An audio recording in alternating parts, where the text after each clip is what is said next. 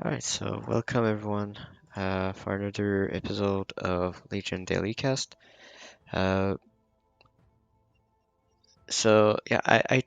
I'm thinking of doing a lower elo for maybe another day to pass more time in the post game and try to see what could have done better and things like that.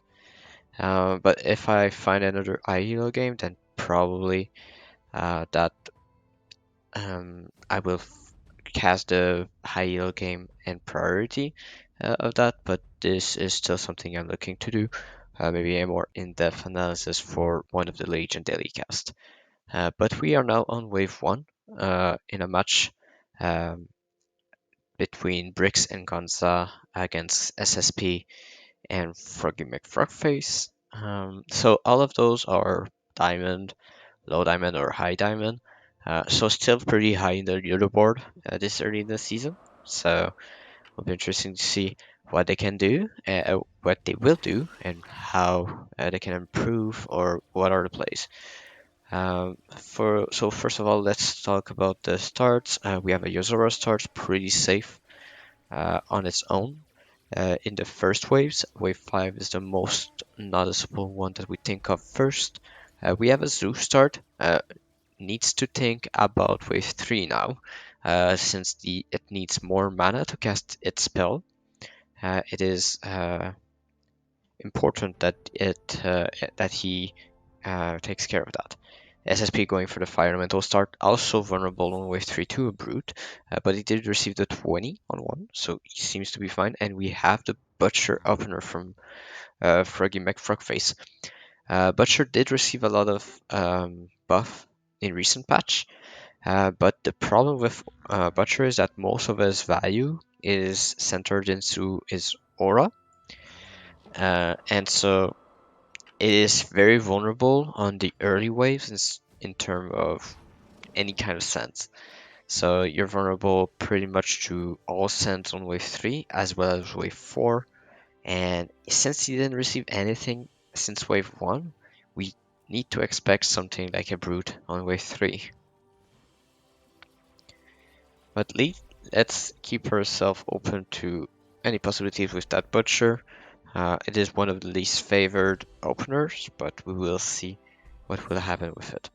So we do have only a Dragon Turtle here from Gonza to try and get some income. Briggs going for the Snail. SSP deciding not to send on wave 4 onto a Zeus. Okay, that is interesting. Maybe he is waiting for the Fiend on wave 4, which is quite powerful against it. But we'll see what will happen. But it's only a DT going into the Butcher, so it will be possible for him to hold a 4-worker Butcher opener into Flower. Uh, One could argue that you could have went for a Flower start and still being able to go for 5 workers, and also you could have done a Pyro start into a Flower to be 6 workers on wave 4 before receiving any kind of sense. So that is something you can keep in mind. That can be better than a Butcher start. But SSP feeling himself pretty good into the game here, pushing himself to 7 workers. And meanwhile, Bricks and Gonza are both at 4 and 5 workers, so huge worker advantage from SSP. But he will now send only income. I think he will save the rest. I don't think he finds any use of going full here. Trying to bait a worker push from Gonza to maybe reset on 5. And Froggy decided to go for the Fiend for income. He did had the Snell to try and put the Fiend into a DPS position against the Yozora. Probably only wanted to go full, but that is what it does when you go for something like a Snell Fiend. It pushes the Fiend away into a DPS position because it gets targeted last. But too many Rangers and Fire Archer means that Bricks will hold, and also you have the Zeus holding wave 4. So no leaks happening in the early game. Worker lead still in favor of SSP. And Bricks only going for a Lizard here. Uh, So this means that the Aqua of SSP will be pretty safe against that. Um, since it is only vulnerable to a Hermit, pretty much. When you have this much, pretty much a Hermit kills you.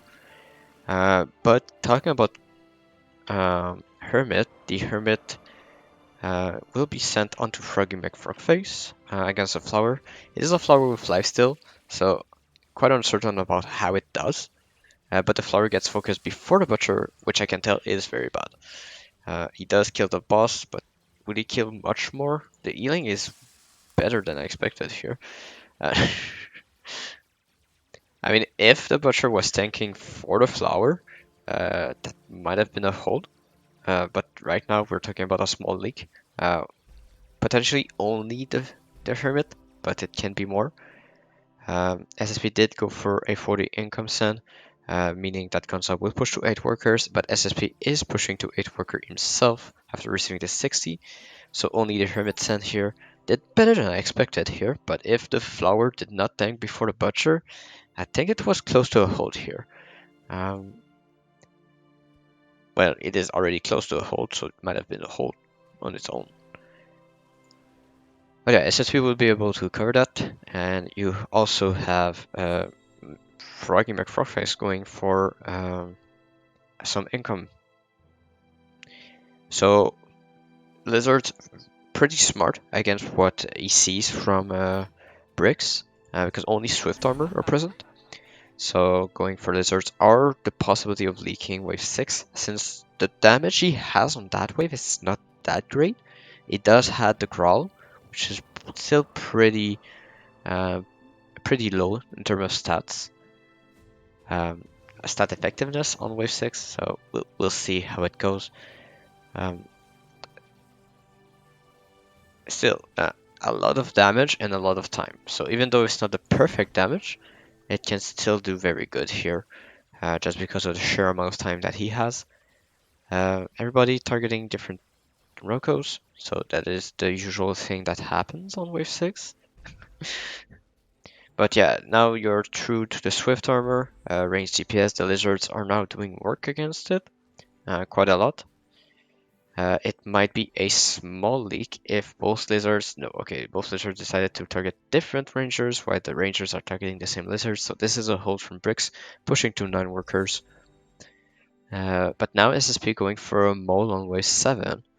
With the 4 damage reduction, um, means that the Zeus does very low damage for the moment. Against that wave, it will be buffed by the Dark Mage. Probably Elrazar will be buffed, so that is good for him. But in terms of frontline, he doesn't have much for wave 7, which means that the mole will just give time to the wave to do damage to him. So pretty much the lane of interest here. If we want to see something happen, we did have some income here from the Butcher Star. Um, but it turns out he has a canopy with ice still, so he will be very fine here on this wave. But the mole seems to be too much for Gonza to endo. The mole is still alive and only the Zeus remain. There's a lot of the wave remaining as well, so this is a big leak. So well done by SSP. Still not getting a send from Bricks that is sitting currently at 172 lithium. Meaning that if SSP is able to hold the next send, it means that SSP will become ahead of the curve because of all the income he generated from the income sends and also the leak from Gonza. So Gonza is keeping the income sends going onto Froggy McFrogface, try and catch him over pushing. Here the Rangers are enough to cover, so a lot of damage on the side of Bricks went to the middle and was able to deal with the mole. SFC is still going for income, but Bricks still saving. And Froggy McFrostface is going for income. And that is fine that Froggy McFrostface is sending here for income because he is not starving his opponent while Bricks is trying to starve SSP. So this means that Bricks is not allowed to push as much worker as he does until he's getting a lot of sense from Gonza. So he needs to accelerate himself. It is pretty hard at this level to push such an advantage, but right now we do see him being at 11 workers, which is the furthest ahead in the game. And SSP still not receiving anything. Bricks sitting at 248, 250 Messium. So this is quite massive. But talking about overpushing, the lack of pierce damage from Frog McFrogface does bite him back, and he leaks that one. He still push, but Bricks is also leaking the same amount as he is. But at this moment, we do hope that he will hold waves wave 9 for SSP, because right now the send from Bricks seems to be massive. He decided to send a mole paired with a pack leader, meaning that there will be a lot of damage coming out on that wave. And we do have a cover from SSP in the middle, while some king damage will appear here to go. So income from SSP, income from Frogface, income from Gonza, and the sand from Bricks is trying to break SSP here. The Golem, Harden, for this wave will be massive for SSP. He needs to harden it, right? Yes. Okay.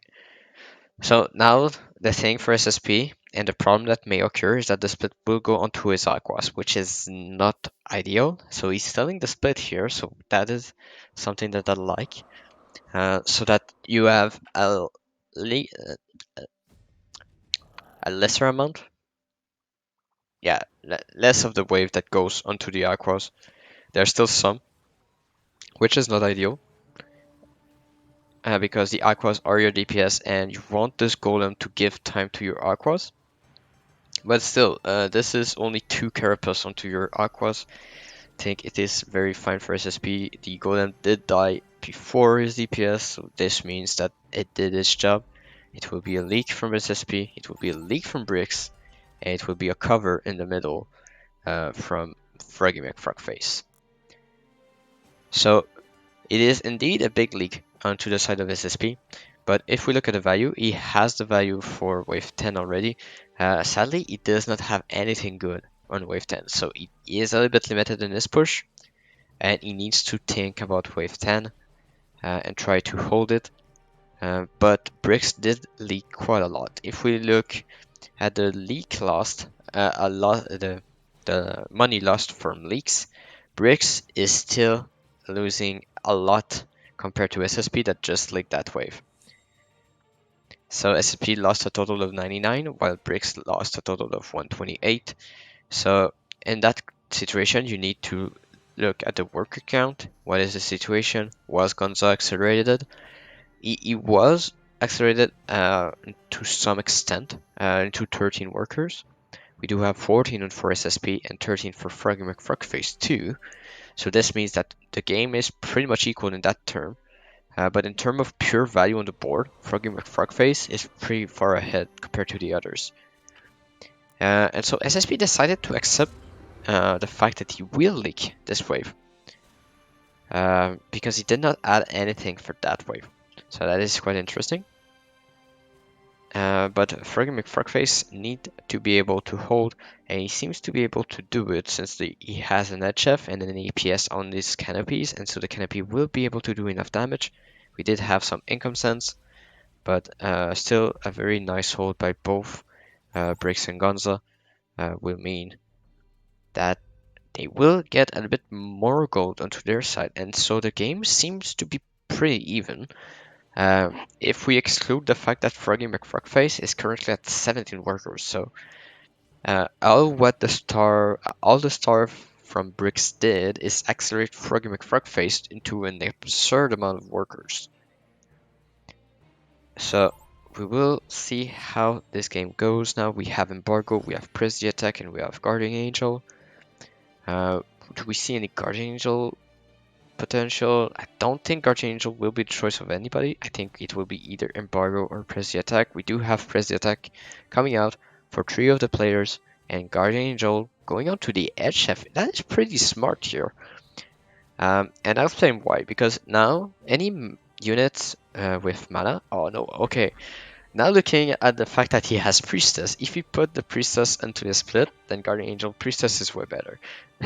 But it's the same logic. If a unit die, it's a unit with mana, it will always revive with full mana. And since the spell from HF is a healing spell, same from Priestess, then it will heal another target or himself into a certain amount of HP. So the Sands on 12 are coming, and I think it is correct play. I do not think the Fora is a correct play though. That is for sure. A Witch would have been much better onto Gunza, because there is no massive tank on Gunza, but there is a lot of small tanks.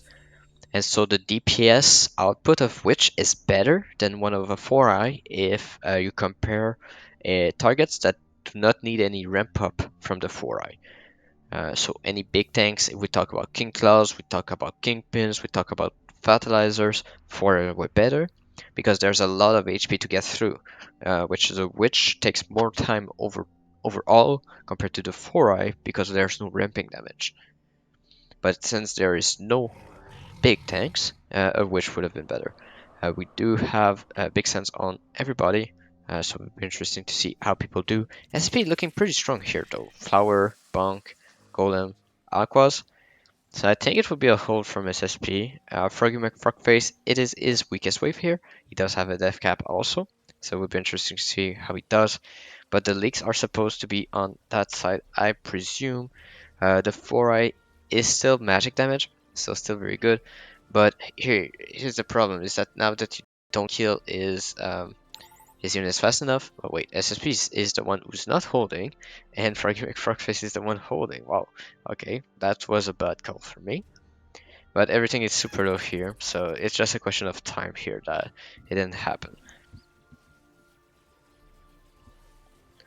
So in terms of workers, well, the difference is that SSP and Froggy McFrogface are still pushing, despite receiving a send here. Bricks decide to not push.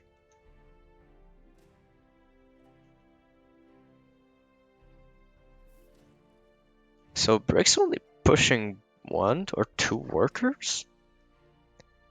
Okay, so that means in terms of worker, we do have the advantage from SSP and Froggy McFrogface. But Froggy McFrogface is massively ahead of everybody. Of course, the gold advantage here is in favor of Bricks and Gonza, but that is because they have a total of that is 5 less workers, so that's 250 gold, and that's exactly the difference that we see here. Because this only illustrates the amount of gold that is present on each lane. And so now the wave 14 sand is coming, and I think it is the correct play for Froggy. Gonza would be quite hard to leak, but a Ghost Knight could solve every problem from SSP, but that is pretty much overvalued from Gonza. And SSP leaking that is quite bad for him. I think he would have much preferred to be able to hold that, because now he lost a lot of gold from that leak. Alright, so he is still a little bit under. I mean, this is a long save coming from Gonza and Bricks. Gonza is currently on value. He will be overvalued if he full build, and he does. So 220 overvalue, that will be pretty hard to deal with, but his only good unit on that wave is the Doomsday, but there's also the Tantrum Mask here. But apart from that, there's no real good units, so even though he's overvalued, there's still a chance that he leaks quite heavily here. Ghost Knight should be able to absorb some of the Doomsday's damage, or will it? Because the Doomsday is targeting the wave now, which is not what he wants. That's not what SSP wants. That is like the worst case scenario here. And we will have a hole from Gonza. And this will be a leak from bricks, I believe. It is close to 1 at least. Uh,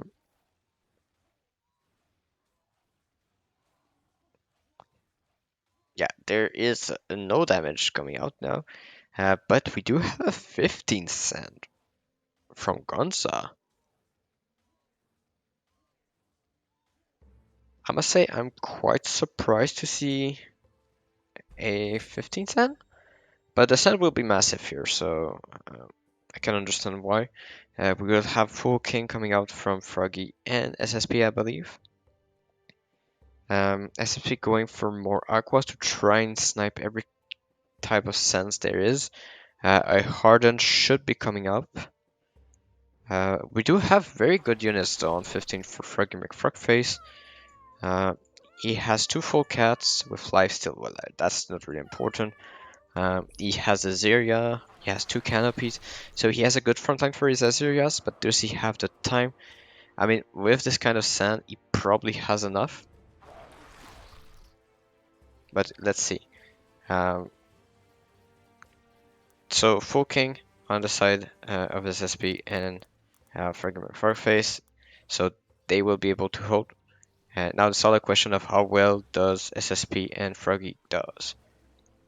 So SSP will be able to snipe the sand and some of the small Quadrupuses, while in the case of Froggy, we have close to a hold, I believe. Azeria will not be able to survive against the giant Carapusos, so it will be a small leak. Timing is not very perfect on her spell, so yeah, it is a leak nonetheless. But there is no Shaman, so this is a SSP and Froggy living. But still, a game that is in favor of Gonza and Briggs because they decided to go for a long save. They decided to not push and overvalue. Gonza protected his weak wave, and he survived perfectly.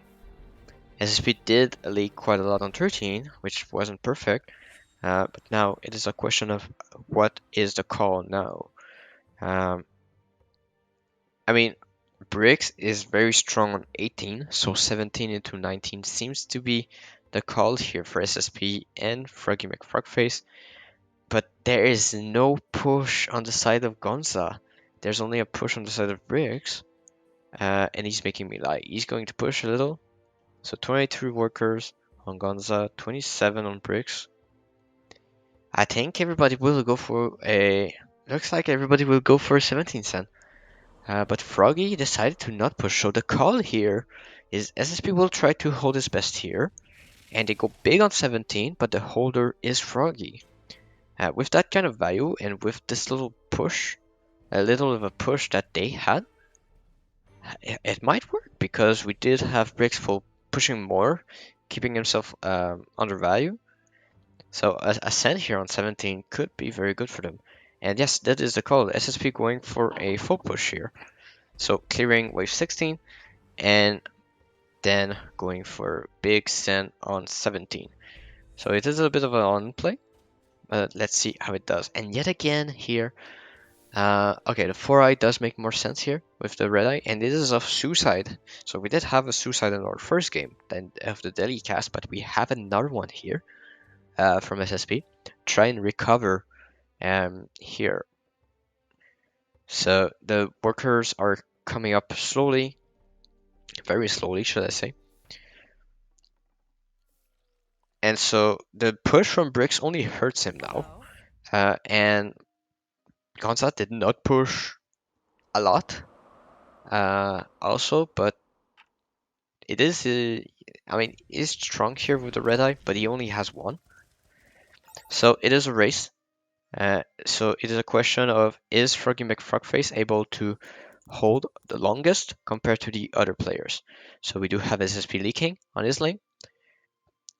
And so it is all a question of if this and this leaks faster than Froggy. Froggy was overvalued, so there's a chance that he is able to hold that. But Gonza is looking like clearing very well here, and he does clear.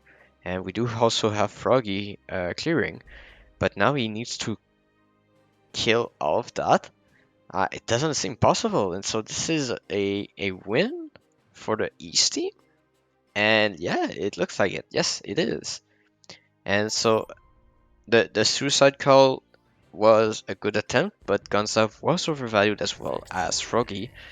So they suicided on the right person, but the suicide is just too slow now, and not enough Mithium was generated from that.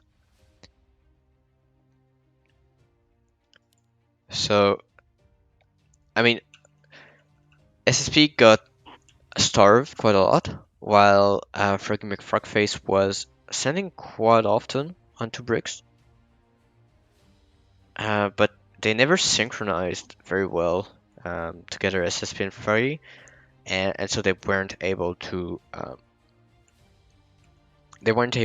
do quite anything against them. Like if they synchronize, if they decide, okay, I go 7, I go 8, we resend 9 together, uh, and SSP does not go for income here, then it does work better. But he's getting starved while he starved a little bit to get the mold here on 7.